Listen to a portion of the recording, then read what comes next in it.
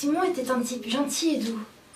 Je me demandais quelle succession de sales coups il avait pu endurer pour en arriver à voler. Se faire prendre aussi bêtement la main dans le sac à des milliers de kilomètres de son milieu. Quelle tristesse!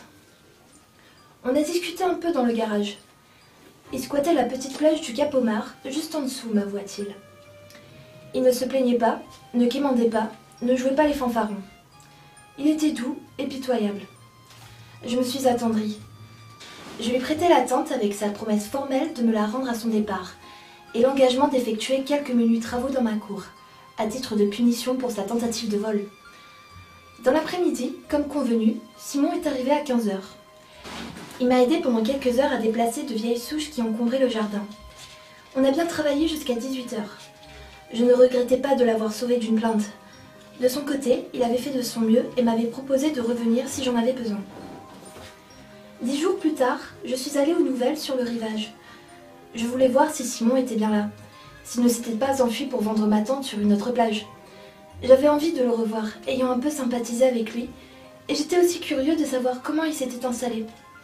J'avais emporté quelques vivres, puisque je connaissais les difficultés qu'il rencontrait pour s'alimenter normalement. Il y avait aussi dans mon sac 2 verres et une bouteille de whisky.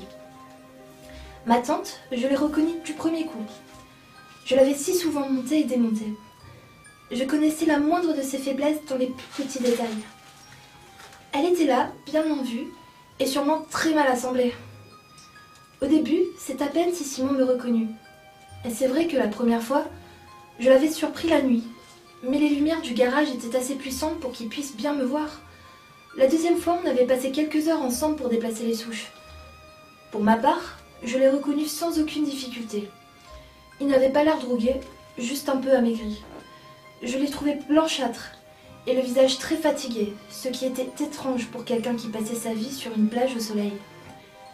Il fallut un long moment avant qu'il ne se souvienne de qui j'étais et de ce qui s'était passé, pour que l'on puisse poursuivre ce que l'on appelle une conversation sensée. On a bavardé un instant sur ses conditions de survie. Il ne s'en plaignait pas et n'a demandé aucune aide. Pourtant, il était évident que ce type avait besoin de manger et qu'il était anémié. Il disait ne manquer de rien. J'en ai conclu qu'il ne se rendait pas compte de son état. Peu à peu, il s'est détendu. Je lui ai donné la nourriture que j'avais apportée. Il n'y a presque pas touché. On a bu un verre, puis 2, et ensuite plus encore. Simon s'est mis à parler.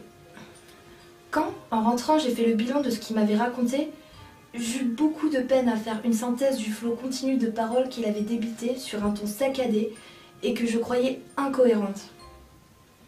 Il était tard et je me suis assis et j'ai aligné une page de notes pour ne pas perdre certains détails importants de son histoire. Au matin, après une nuit agitée, quand je suis revenue à mes écrits, la lucidité que donnent les aurores avait fait son œuvre. Tout se résumait en une ligne. J'avais affaire à ce que l'on appelle un possédé. Simon disait qu'il passait ses journées à dormir sous la tente et que la nuit, il entretenait avec une créature de la mer des échanges ambigus. Voilà ce que j'avais pu tirer du flot de paroles parfois incohérentes de Simon. Je m'étonnais de me voir accorder un certain intérêt à ces élucubrations. J'étais par éducation, et peut-être par nature, un être profondément cartésien. Je ne croyais pas à son histoire, mais j'étais convaincue que lui se serait fait couper en 1000 morceaux pour affirmer que ce qu'il avait raconté s'était effectivement produit. Comment un être sensé pouvait-il se raconter de tels bobards et y croire? J'étais persuadée que le pauvre Simon faisait partie de ce peuple assoiffé de merveilleux qui depuis toujours s'était ingénié à trouver du divin partout. La nuit suivante, je me garai vers le boucan.